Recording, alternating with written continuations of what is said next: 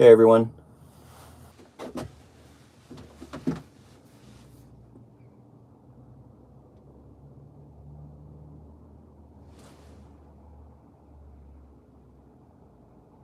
Hi Jeff.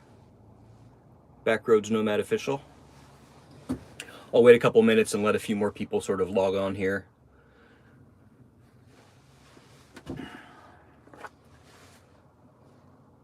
How are you all doing this morning? Can you hear me just fine?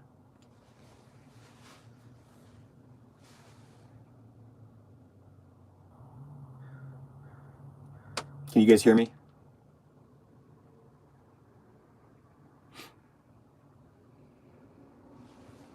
Okay, good. Good.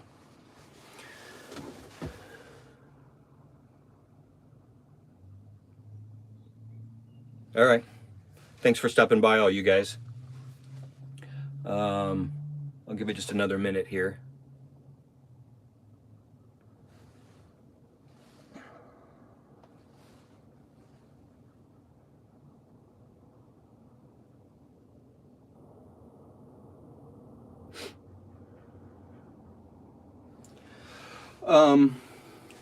Before I launch into answering like any questions and stuff like that, I was just going to show you guys a couple of little updates, things that I've hey Chuck, a few little things that I've done on the Canopy build here, and let's see. Sorry, can I turn the camera around? Okay. Got my fan installed and I'm really happy about that. And what I'm also really happy about is that it is not leaking. It's been raining here all week, and I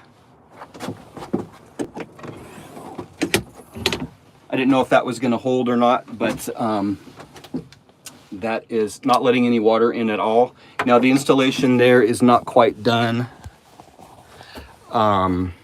There's an additional sort of trim ring that goes around this part of the fan and has a light.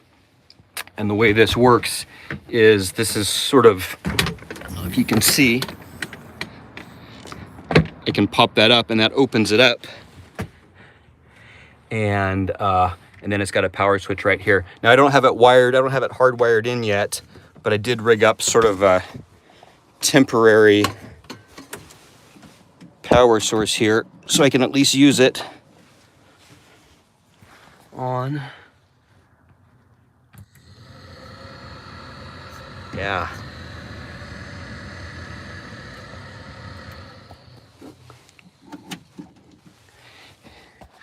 I also got this shelf installed in here, which is just a nice place to stuff some lightweight things. And I've got my trusty old Czech Army backpack hooked up to haul trash.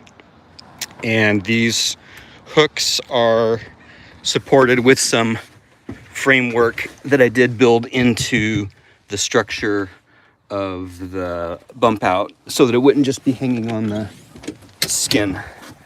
Okay, let's turn this back around.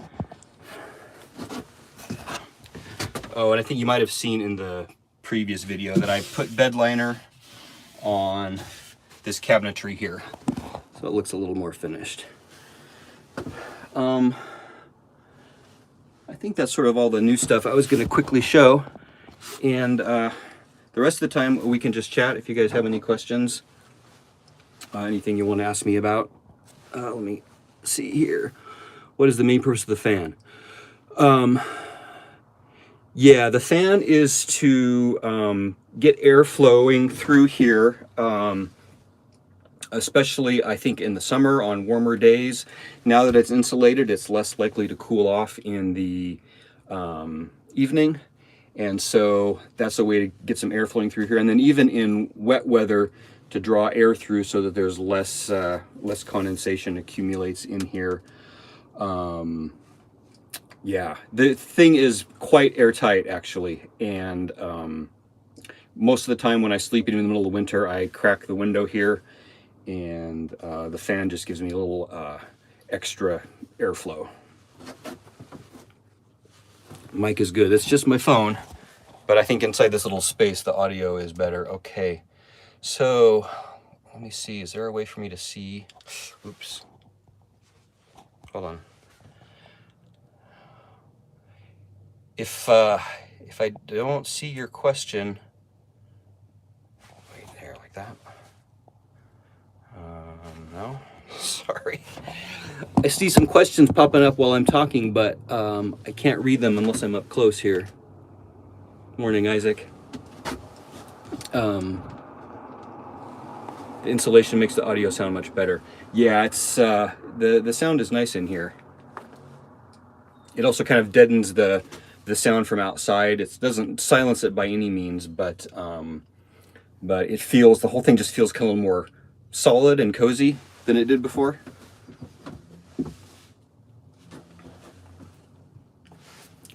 I am not going to Expo West. I don't know if you're all aware, but the Overland Expo company has started a new expo event, which is going to be here in Oregon in July, Overland Expo PNW. And I will be at that at least one of the days, maybe 2 days. And there will be at least one dedicated meet and greet opportunity at the Grizzlies granola booth at Overland Expo PNW in July. What was the basis of your original decision to go with the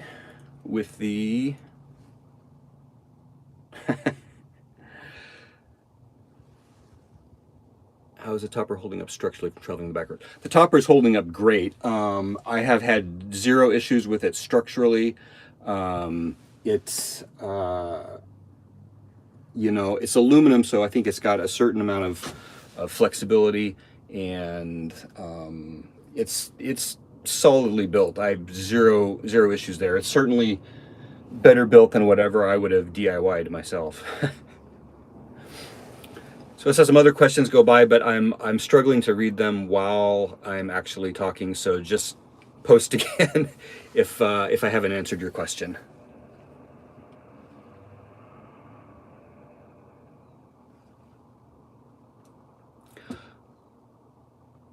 Where did I get the insulation? I got the insulation at just my local home improvement store, you know, building supply sort of store, and it's just 1 inch polyiso foil line insulation. The stuff was about $25 for a 4-foot by 8-foot sheet, and I used about 1.5 sheets, so I spent about $50 on the insulation. What's the basis of my original decision? Sorry, that message disappeared before I could read it. I don't know how to make those messages stay on the screen. I'm so sorry. How's the new suspension doing both on and off road? Excellent. It is transformed the truck. It is night and day. I love the new suspension. Do I like the truck better than the car? Yes, I do. There are definitely things I miss about the Forester. Gas mileage and just how nimble it was, how easy it was to turn around in tight little places. But in every other respect, I'm really loving the truck. I'm loving the space that I have, and having the 4-wheel drive with low range has been really nice at times. Okay. Let's see, I saw a question about the tires impacting the suspension travel maybe, and I don't know. These tires have only been on here for a little over a week. I've only been driving around town. I am headed off very soon on a week-long adventure in the Southwest, and we'll get lots of opportunities to see how that goes. If I take it off full screen, okay, let me see if I can figure out how to do it. Yeah, I don't even see a button to put it on or off full screen. Touch the screen, a shot will appear. Oh, I see, got it. Thank you. I normally do this on my computer so I can read what's happening at once. Okay.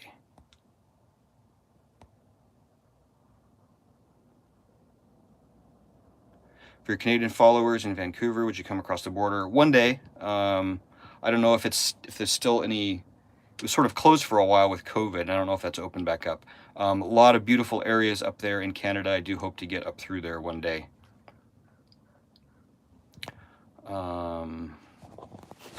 Okay, so let me set this down here.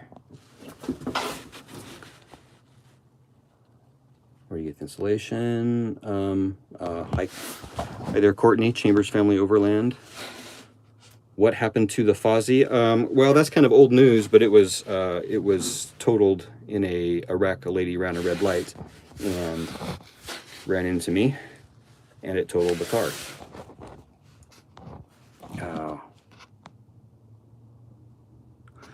When are you and Edward going to do the one chip challenge again?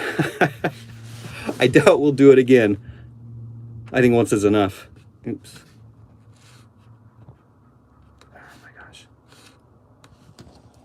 Am I staying with those cheap gas cans this year? Do you have something else in the works? Well, the thing with the cheap gas cans is that they work just fine. They carry the fuel. I like how nicely they fit up on my roof rack.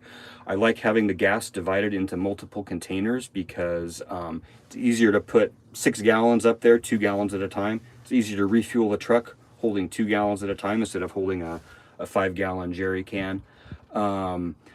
I have no immediate plans to change that up. You know, eventually if I do a bumper on the back of the truck, it would be nice to not have the fuel on the roof, and then I would maybe go with something else. But right now I really like that. I like that I can easily vent them, something that I couldn't do with my fuel packs when it was sitting flat. Okay, let's see what else we got here.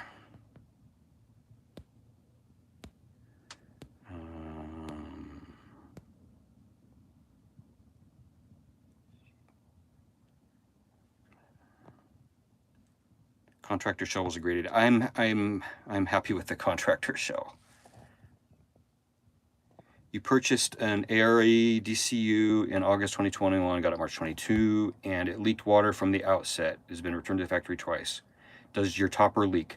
My topper does not leak at all. I have not had any issues at all with water incursion. I've got a couple spots where when it rains, I'm getting water in, and I'm also getting dust in on dusty roads. But what I figured out is it has nothing to do with the canopy. It is the structure of the truck bed has some holes up underneath the rims, and I've been trying to get those worked out. The canopy itself, I have not had a single drop of anything come in. It has been completely watertight. Okay, let's see what else we got here. Chat, come back, chat.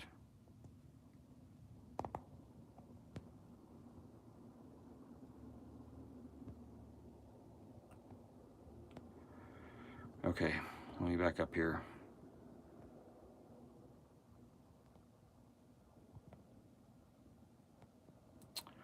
When are you going out again with Jason? Hopefully not for a long, long time. No, we don't have any specific plans. He's doing some expo stuff, and I've got some travel. We'll both be at Expo PNW in July.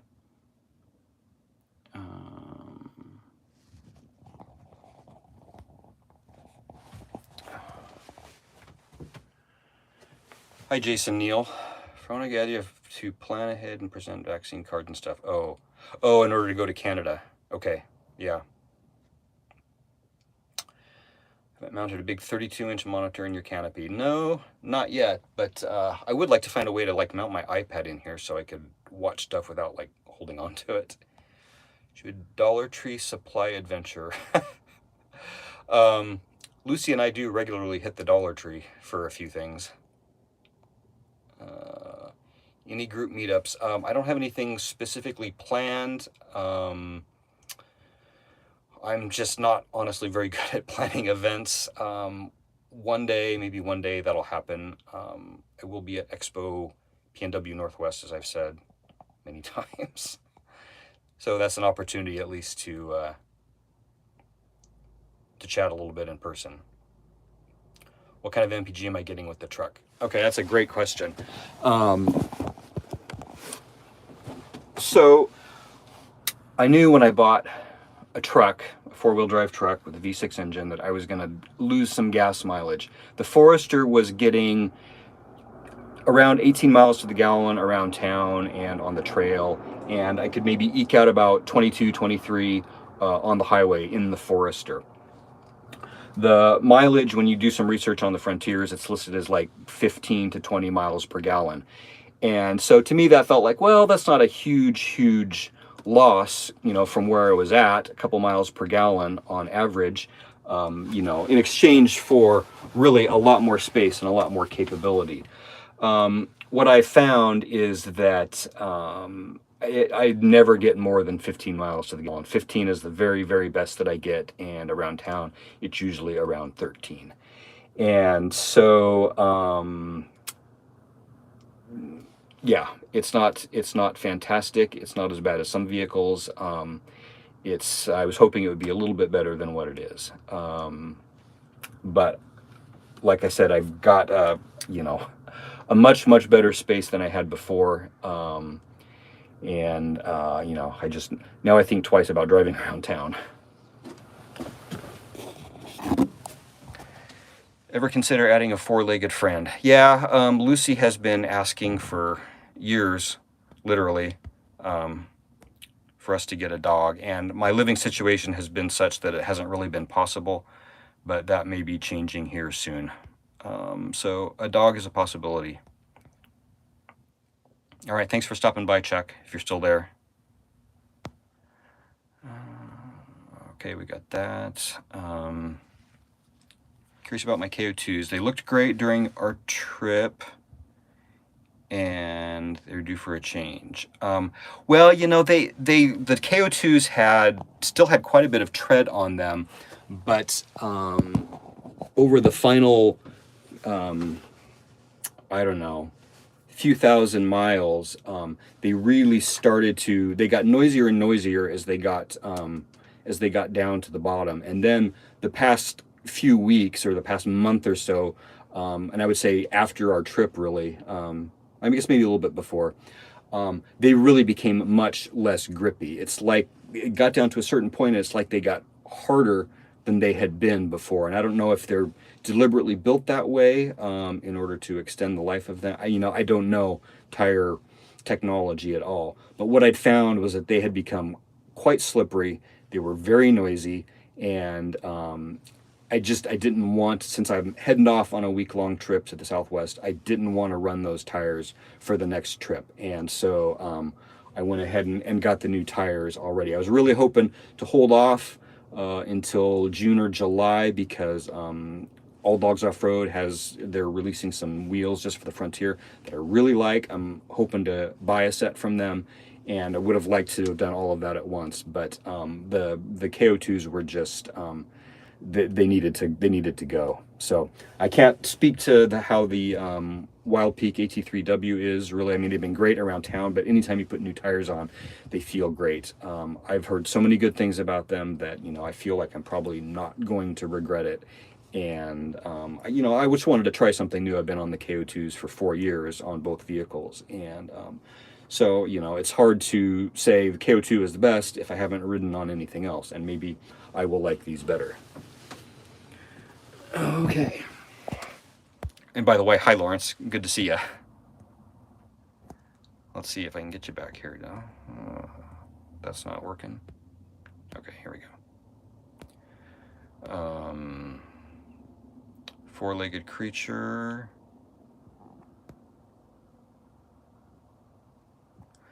What's the best way to support your channel? Watch the videos, engage with them, click like, comment. That's already a big thing.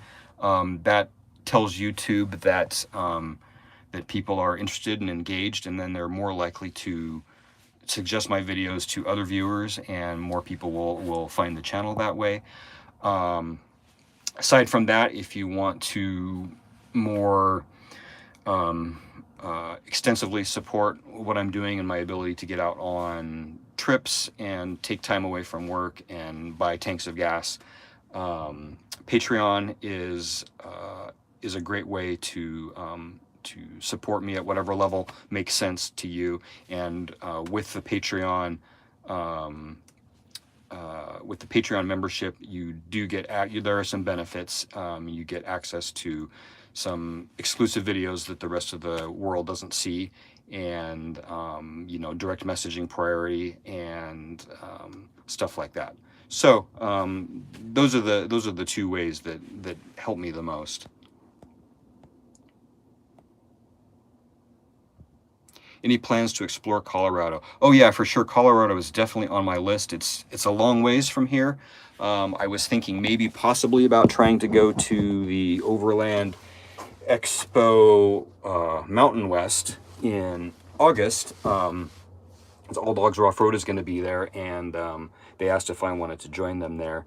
And I thought about that, but when I started looking at how many miles that was, and what gas prices are doing right now, I don't know if I'm going to be able to make that happen or not.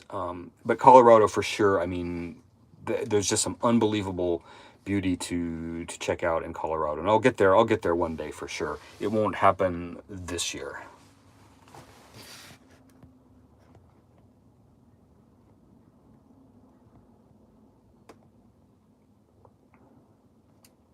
Did the Jeep 4xe hybrid get fixed? Yes, he is back on the road, and he also ordered a full set of aftermarket skid plates for his Jeep, so that he's got full protection now. And it's not like there was no protection under that Jeep. There was armor.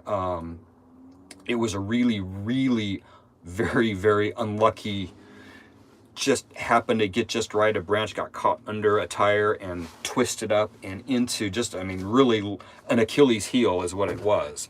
And you know, it's not like he was running with no protection at all under there. There was definitely protection that came stock on the Jeep, but it's now fixed, and he's installing full armor, aftermarket armor. Okay.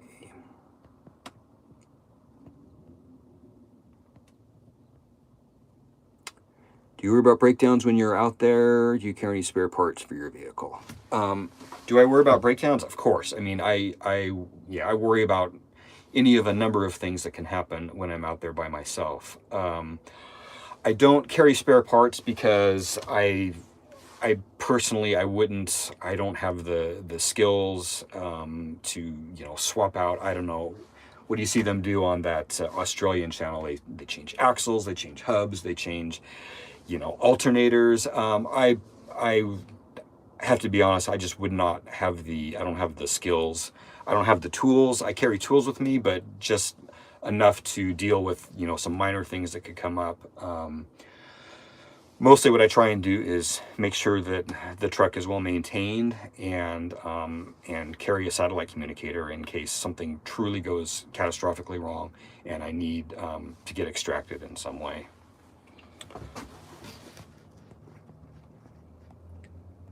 Okay.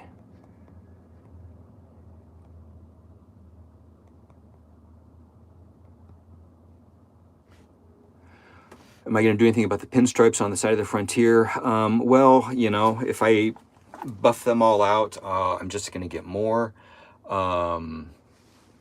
It's really hard to get out, especially here in the Pacific Northwest with the little trails that we have. And it's hard to not run into brush and stuff. And so, you know, I don't see myself putting, you know, like Jason did, the bed liner on the entire exterior of the vehicle. So yeah, I don't know. You could put a vinyl wrap on it, but then the vinyl gets scratched. So yeah, I don't know. That's ultimately that's a lower priority for me than other functional things that I want to get dialed in for my experience when I'm out exploring.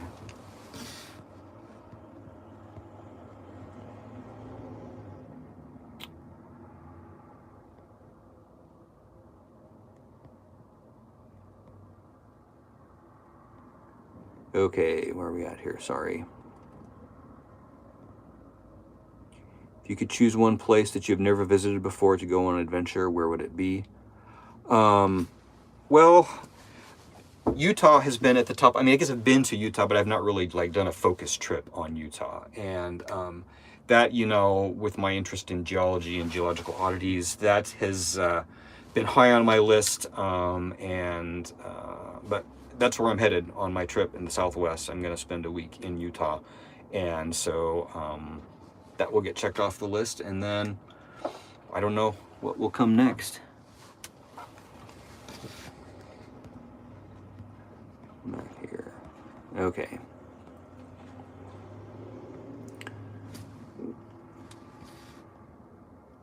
Mopar 68, what is the diameter of the tube for the frame in case I decide to purchase a similar one for the same purpose?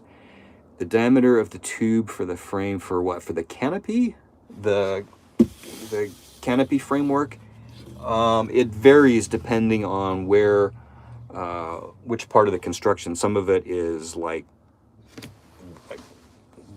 I don't know, 1.5 by 3/4, and some of it is 1 inch deep, and some of it is it's different in various places, but it's mostly around 1 inch square tubing, if that's what you're asking.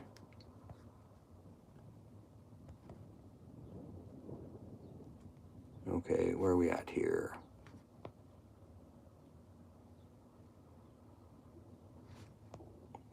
What's the noise level on the allocation when raining? On the topper, you hear the rain for sure. You hear it less now with the insulation.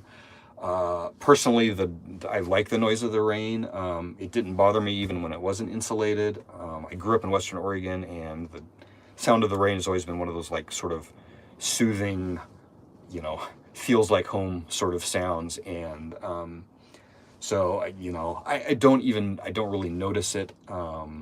But even with the insulation, you hear it rain for sure. I mean, you can hear it coming down. But even on my house, when it rains, you hear it hitting the roof. Okay.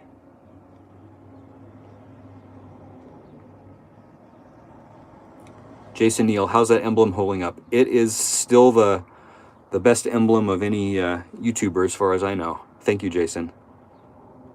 Jason Neal, that is commenting there in the chat, is the guy who made that custom emblem on the front of the truck. Hi, Dennis.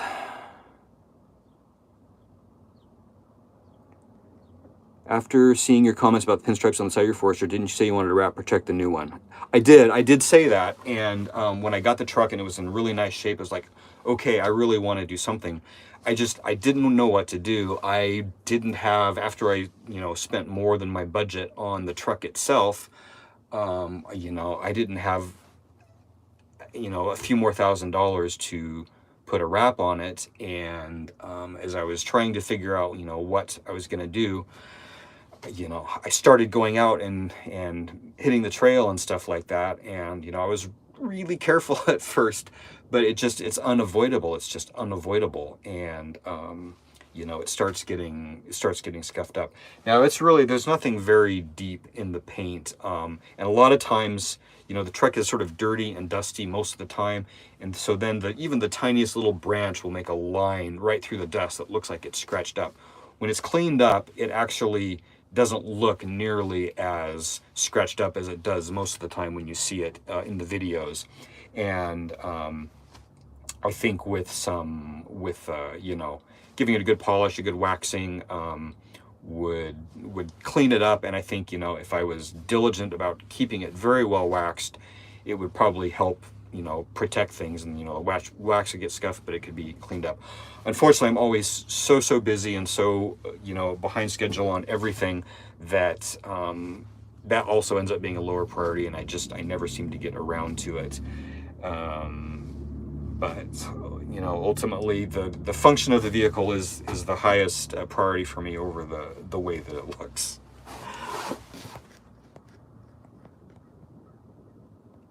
Okay.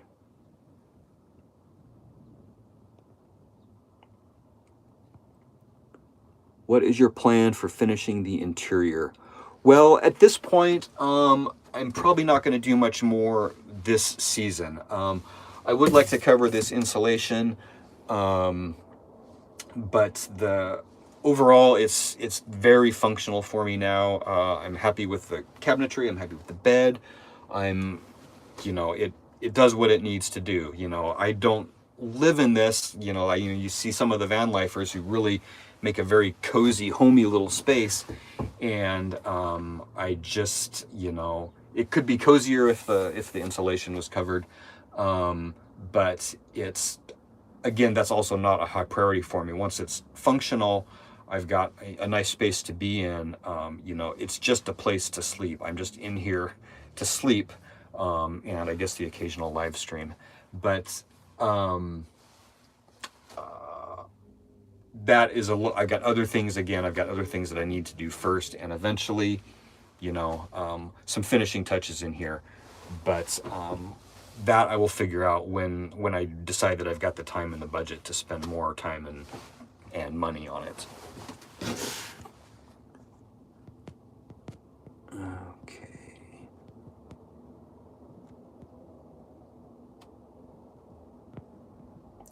Do I have any regrets going to a mid-size truck versus a half-ton truck, or is the Frontier the right size? That's a really good question, because one of the reasons that I wanted to get a mid-size truck was I wanted something that was a little smaller, a little less heavy, and that, theoretically would get better gas mileage. And, and I've come to find out that a number of people that I know that run big full-size trucks with diesel engines get better gas mileage than me and have a ton more space. That said, a lot of the places that I go are very small, narrow trails, and already this truck feels huge compared to my Forester. And there are many, many times when I can't begin to imagine having something any bigger, or a full-size truck. So I wouldn't say regret, no. And I could see maybe next vehicle being a bigger truck and having a bigger space, especially if I can get to the point where I can do longer trips that are not just 1 week trips, and where it really does become more of a living space back here, and less of just a tent, a metal tent to sleep in. But that's a ways down the road. This is what I have for now. It's going to be this for a number of years, I'm sure. Okay, where are we at? These are good questions, by the way, everybody. Thank you for watching. Let me see where we're at here. Do I have plans to go to the East Coast? Oh, one day for sure. I mean, I would like to, eventually work my way all the way across the entire country. There's national forest. While there's less public land, obviously, in the East, I would like to eventually be able to visit some other parts of the country. And there's so much for me to see, that's closer to me here, and there's so much of the West that I have not seen yet, that, driving all the way across the country is, again, it's a ways, that'll be probably years down the road.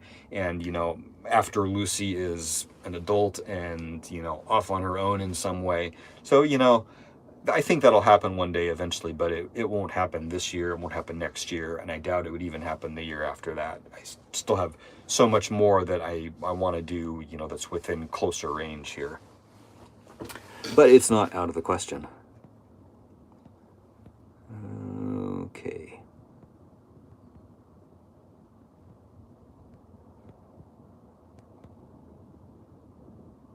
Have I been to Hole in the Ground? Yes, I have. If you can find, I have an old video.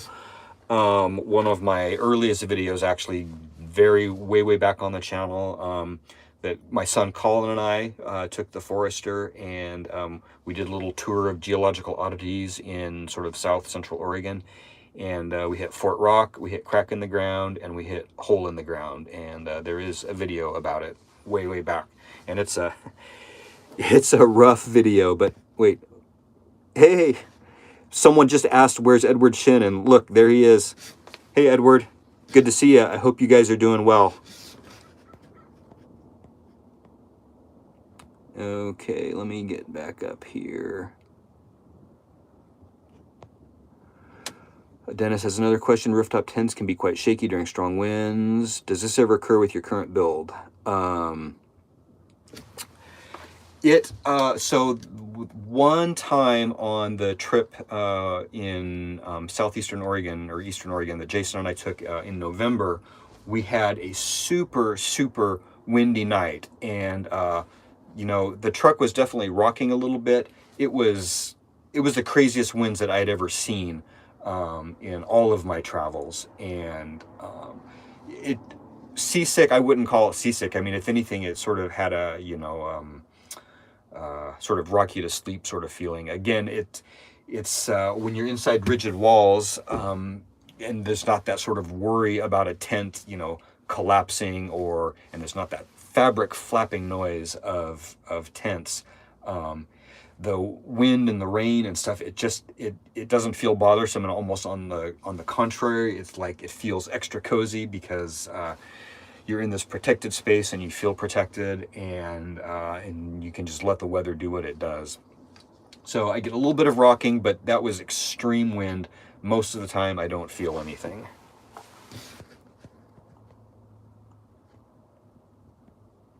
Okay.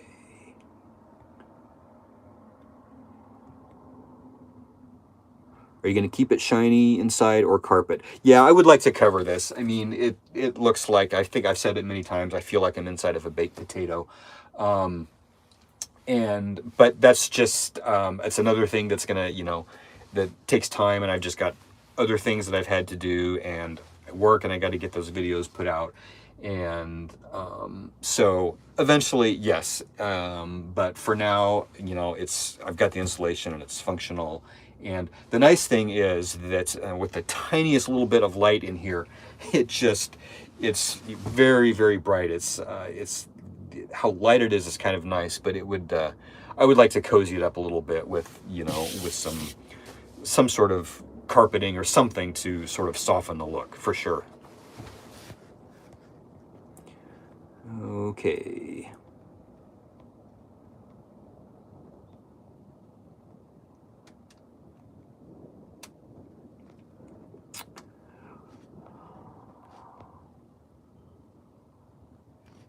How do you handle kitchen cleanups, minimize water use, and soapy water disposal? Oh, yeah. That's a good question.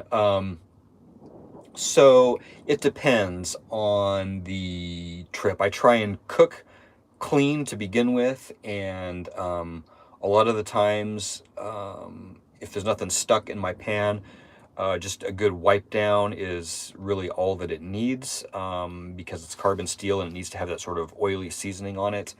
On a week-long trip, I do make a very, very small dish tub of hot water and wash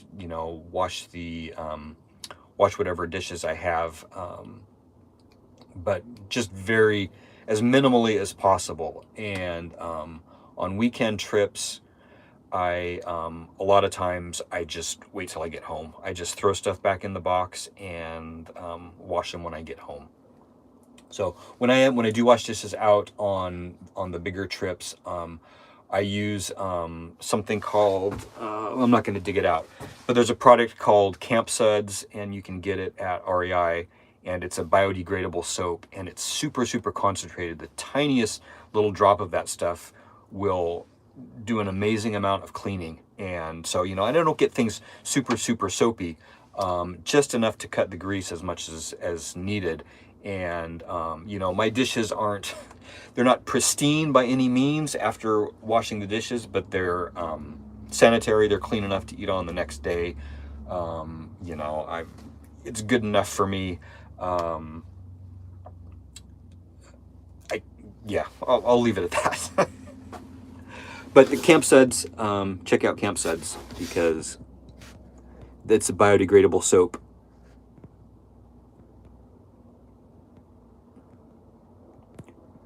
Okay, where are we at here?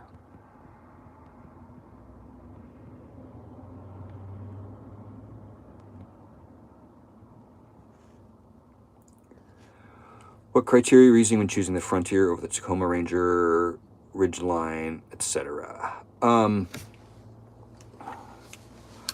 I just had, well, I mean, over at Tacoma, it's simple. You know, you pay a premium for basically the same truck with the Toyota badge on it. Several $1,000s more for the same age truck with the same number of miles.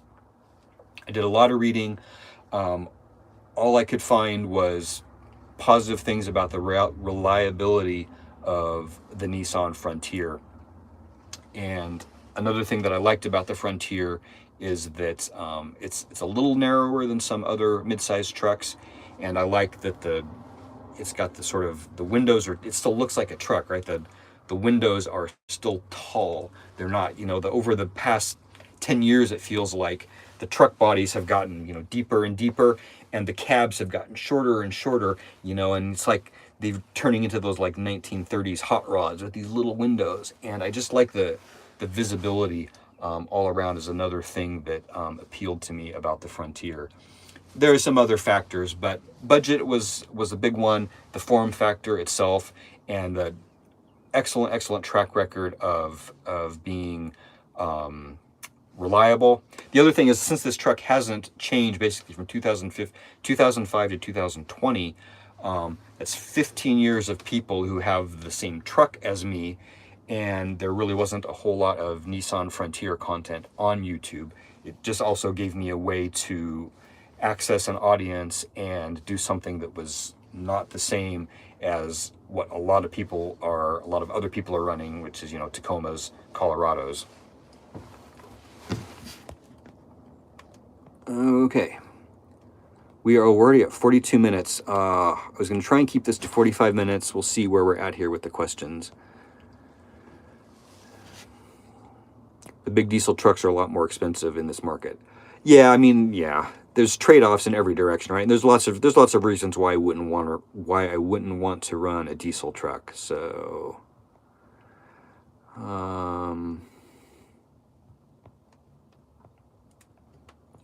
any tips for new YouTubers starting out in the overland camping arena? I get asked that a lot, and you know, the biggest thing is you just have to keep putting content out and hopefully find some sort of little niche that separates you from all of the other channels, right? For me, it was the Subaru when I first got started, I guess. And, you know, I went into it, I didn't plan to be a YouTuber. I was just parking videos on YouTube, and they just started getting views, and then I started having fun, you know, trying to make them a little bit better. I didn't set out with the goal of doing this at all. And, you know, 3-4 years ago, had you told me I would be sitting in the back of a truck live streaming to, you know, I don't know how many people are watching, but 100 people around the world, I would have said, nope, no, not me. That is not me at all. I don't know. I think, you know, part of it is you just got to be genuine, be yourself. Don't try to, you know, I feel like when people try too hard to be successful YouTubers, it may take away some of what's genuine about them. You know, instead just let who you are and your own passion come forward. I feel that most successful YouTube channels that I watch them not because of the specific content that they're doing, but because I've come to like that person. I enjoy hanging out on YouTube with that person, seeing what they're doing, hearing what they have to say. And I think that's really where my channel started taking off, is when I started allowing myself to just be on the channel and have my face on the camera and just share, you know, who I am. You know, I think that's a big part of trying to find some kind of success on YouTube. Okay.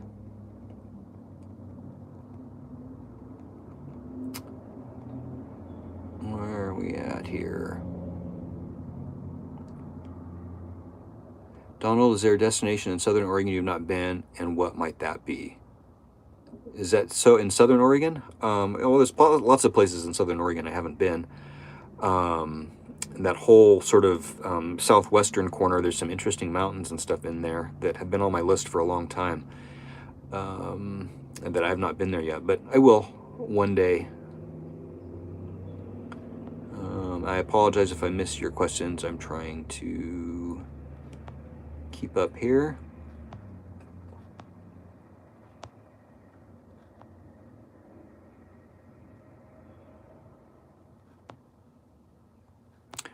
Okay. Why the Frontier over the Titan? Well, because I wanted a mid-sized truck, not a full-size truck. If that question was for me. I see some of you guys just chatting among yourselves now. My dinners always seem more advanced than other YouTubers. Are you a professional chef? What is your day job? No, I'm not a professional chef at all. I do enjoy cooking, and when I was married for 20 years to a French woman, and her family owned a restaurant in France, and I spent a lot of time in the kitchen with my father-in-law, and that's sort of where I learned cooking, was in France from my father-in-law, and stuff, you know, that my ex-wife passed along to me also, just from growing up in a culinary family. But I truly enjoy cooking, and it's fun. And so my day job is I do graphic design.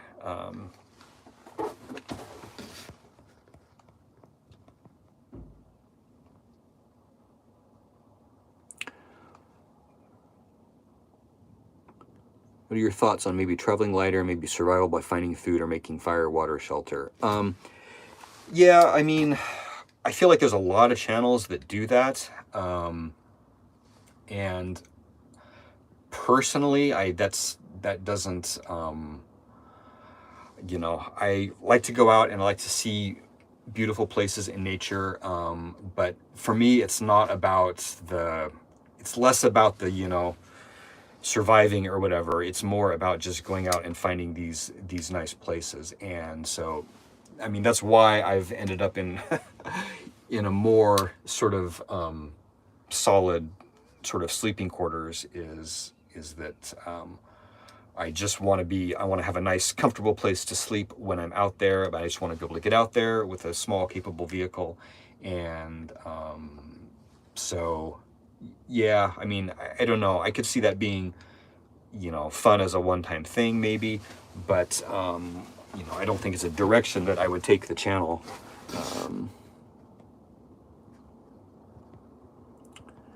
Okay, sorry, I got to keep scrolling back here.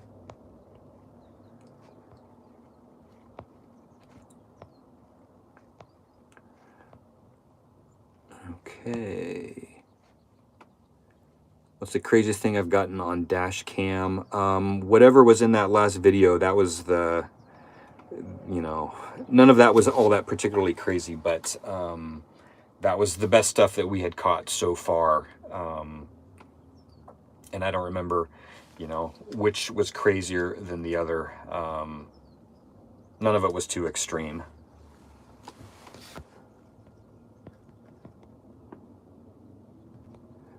Okay, so I think we're going to wrap this up here pretty soon. Let me see if there's any questions I missed here. Chambers family. Yeah, eyeballing the southwest corner of Oregon. Of course you have. Favorite dish learned from my former father-in-law. Well, my favorite thing that he would make, which I haven't made and actually can't make because some of the stuff it's not possible to get it here. But there's in the southeast of France, in the Rhone Valley, there's a little town called Romont, and they make these teeny tiny, they're like raviolis, but they're teeny tiny. They're like, you know, a half inch, and the super delicate pasta, and they're called ravioli. They're kind of like ravioli, but they're small. And you cook them very, very quickly in boiling water, but then what he would also make is this mushroom cream sauce, and so he'd put them in these little individual oven dishes. So the cooked pasta, this sort of wild mushroom cream sauce, and then topped with cheese, and then baked so that the cheese gets crispy and the sauce gets bubbling, and these delicate, delicious little mini ravioli things. That was by far my favorite thing that he would make, and I've actually been thinking about how can I get my hands on those, and how could I come up with a version of that to make while I'm out camping. We'll see. Okay.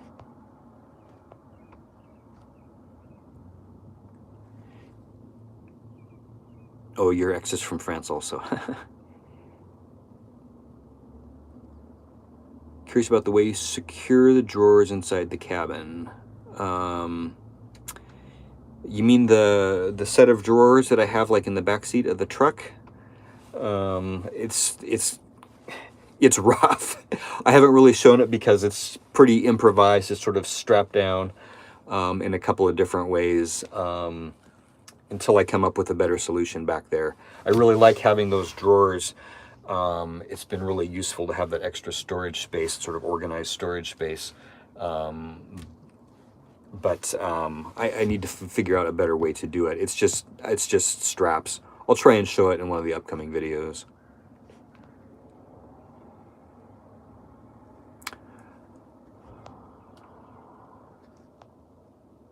Camp kitchen plans. Yeah, so as I think I mentioned in one of my videos, my original idea was with the Canopy extension was that I would make a little port, a little door at the bottom, and I would have like a slide out kitchen thing. I quickly realized that with how time consuming this project was, that I was going to run out of time to get that done and actually still do anything, you know, get out and travel. So for now, and I think for the foreseeable future, it's going to continue being a situation where I take my kitchen box out, set up a table. Ultimately, I've found that it's not that much more time consuming than setting up the pull-out kitchen that I had in the Forester. And it has the advantage that I don't have to put it away at night in order to close the vehicle back up. What I would like to do instead of the plastic bin that I'm using is I want to build a little sort of chuck box, for lack of a better word, that is, you know, a little bit better divided up, and I've got a space for each of my things, so it's tidy and organized and a little easier to use in that way. But ultimately, I found that setting up a table and pulling my stuff out is not that big of an issue, and that's not the moment in time when I have to be rushing around. You know, when I get to camp, you know, well, I don't need to go into all that, but that's what it'll be for now. And maybe one day when I've got more time on my hands, some sort of a pull-out kitchen would be nice, but there's no immediate direct plans for that. Okay, we're coming up on an hour. I'm definitely going to cut this off at an hour, because no one's going to watch it otherwise. Why don't we see your kids camping anymore and funny videos with Lucy? It's tricky during the school year for Lucy. She's very, very busy. She does a lot of dance. She has multiple dance classes that she does every week. And, you know, she's a high schooler. She's got homework. It's tricky during the school year. So, and my son he's not doing any studies right now, but he is working. You know, he's 22, and his weekends often get filled up doing stuff with his friends, and so, and he isn't super fond of winter camping. So, you know, when the weather gets better, we're more likely to see him come out and camp with me. And Lucy is eager to get out and camp some more, but it's just scheduling wise, it's tricky. Once we get to summer, I think you'll see both of them a little more often.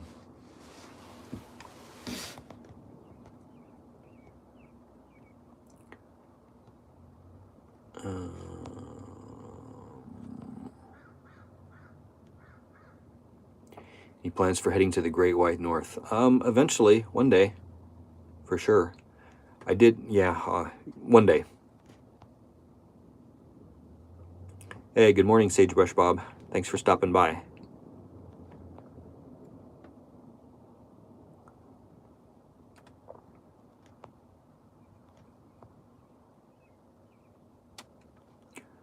Okay.